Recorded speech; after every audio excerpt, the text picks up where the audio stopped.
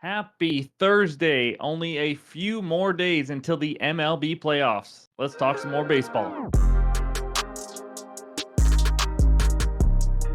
What's going on, everyone? Welcome back in to another episode for Just a Bet Outside. I am your host, Steven. We started this season way back in March, and this will be the final MLB regular season video for us. No video on Friday. We will be here for the playoffs, so don't worry. I just want to point that out. But we'll drop some bets and stuff for Friday and Saturday probably. Just gonna play it light in the last few days of the season. But it was a weird one day for us. That's right. We'll go over that in the recap in just a bit. But before we get right into it, we got to talk about our sponsor, Bet Any Sports. You sign up now, you get a 30% cash bonus, and here's how you do it. You either use that QR code on this page or click the link below in the description. This is a great site, guys. Me and Ryan are having a ton of fun. You can bet on sports like most sports books. You get reduced juice lines, but also if you want to do other things, how about online casinos? If you'd like to play blackjack, roulette, slots, and much more, you want to go bet on the horses, you can do that as well. Also, free league live streams. It's not just NFL. It's a many other sports. There's just so much to this. You get the Lotto platform, as you see there. It's great, guys. I would highly recommend it. It's a very reputable company, and also the website is one of the most user-friendly websites there is out there. So click that link below and go sign up. But now, before we get started, we got the MLB Fun Fact, the final one of the regular season, and I actually got two, to be honest with you. So here we go. Over his entire career, Joe DiMaggio only had 8 more strikeouts than home runs. That's absolutely insane. A second one, also in 1920, Babe Ruth hit more home runs by himself than any other team did in the American League. That's absolutely incredible. In this video, we are going to recap yesterday, 1-1-1, then go over the good and bad hitter matchups, the good pitcher strikeout matchups, the entire pitcher report, and then, of course, we finish it with our best bets, hitter parlay ideas, and the bets recap. So hit that like button if you haven't already. Leave a comment below. Really helps the algorithm and this channel to grow. If you're new to the channel, hit that subscribe button. We are on our way to 29,000 subscribers. We talk all things MLB, NBA, NFL, and in just about a week and a half, NHL is coming to the channel. That's right. We are excited. But let's get it started, and that means it's recap time. There it is. It felt like a soccer record. 1-1-1. Marlins money line. They got my hopes up, guys. They went up 3-0, and then they lost 8-3. It was actually tied 3-3 into the 7th or 8th inning, and then the Twins got 5 runs, and it was over after that. Under 8 runs raised the Tigers. The Tigers were already up like 6-1. They didn't need another run. It was pointless. But they added one more in the bottom of the 8th to make me push the under 8. Unfortunately, Littell just didn't come out as solid as he has been lately. But still got to push because the Rays can't hit. And then Braves team total over 2.5. Royals team total under 5.5. Well, the Braves game got canceled and postponed until Monday, actually, next week. And then Royals team total under 5.5. They scored 3 runs, I believe. So it was a win, but it was a small win. So overall, a weird day.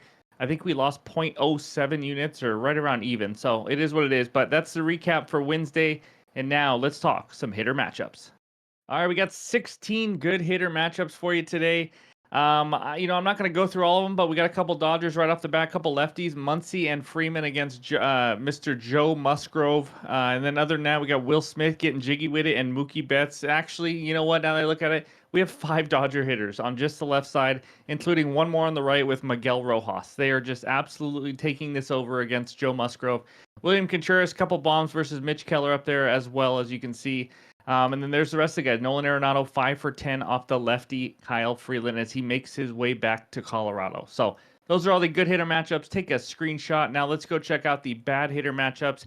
And we have a lot of Baltimore Orioles here. The first 3, Santander, that's right. Tony Tater, sorry, that's what they call him. Mountcastle and Ryan O'Hearn, all struggling against Garrett Cole. Makes sense, it's Garrett Cole.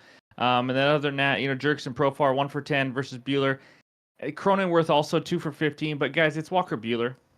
That was when he was good, so I wouldn't take much into it, but I still want to put it here just so you guys know. But those are all the hitter matchups I have for you today, and now let's talk some arms. All right, we only got one good pitcher strikeout matchup for you today, and it's Harold and Kumar Rocker. That's right, at the Oakland A's. A's 4th highest K percentage versus righties in the last 3 weeks, 26.8%. But here's the deal, guys. It's the only one. But I'm going to tell you this guy's only thrown 7 innings. I mean, he's a youngster. He's their highly touted prospect. So in those 2 starts, he's had 7 and 5 Ks so far. So he's got the swing and miss stuff. Really, he does. He's got a nasty slider. He throws gas. But he's going to be on a pitch count. So I just want to point that out. So far in those two starts, 71 and 74. It's going to be his last start heading to the offseason. They're not going to try to stretch him out to 85 or 90. There's just no point. They're not playing for the playoffs or anything. But 7 straight righties have 5 or more Ks versus the A's. 5 of those 7 have 7 or more Ks. I just want to throw this out there because even with that pitch count, 70 pitches, he had 7 and 5 Ks like we talked about. So that is the only good pitcher strikeout matchup for the day. And now let's take a look at the pitcher report. All right, here are the first 5 matchups on the pitcher report. It's kind of hot garbage. I'm not going to lie to you guys. Michael Wacha obviously been a solid pitcher, 3.28 ERA. You know, if you look at everyone here, nobody has higher than an exactly average strikeout rate on this first page. I mean, there's just not a lot of guys that get some swing and miss stuff.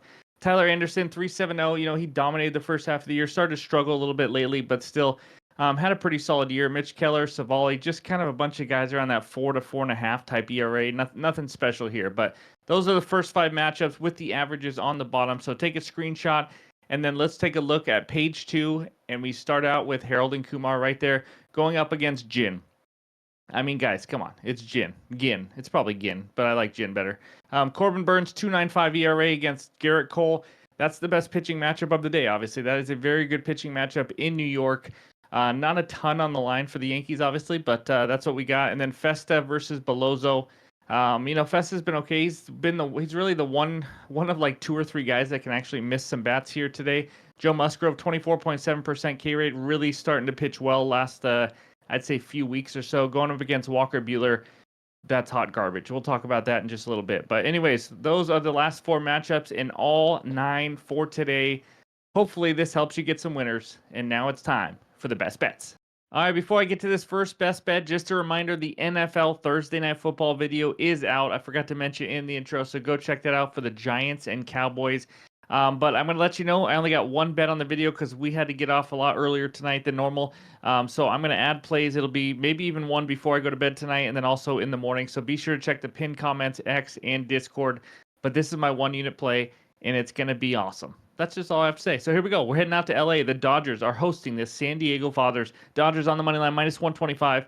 Padres on the money line plus 105 with a total of 8.5 runs. I'm not sure. I don't understand this line. Give me the Padres team total over 3.5 at minus 125 on Bet365. I also saw it on minus 135 on ESPN Bet. And then FanDuel already has it at 4.5. So I'm not sure why they're so different. But we get a solid Padres offense versus Walker Buehler. I mean, that should be enough if you've been following baseball. But Ferris Bueller, he's had an ERA over 5 every single month he has pitched this year. He's given up 10 earned runs in his last 3 starts, 84 hits in 70.1 innings.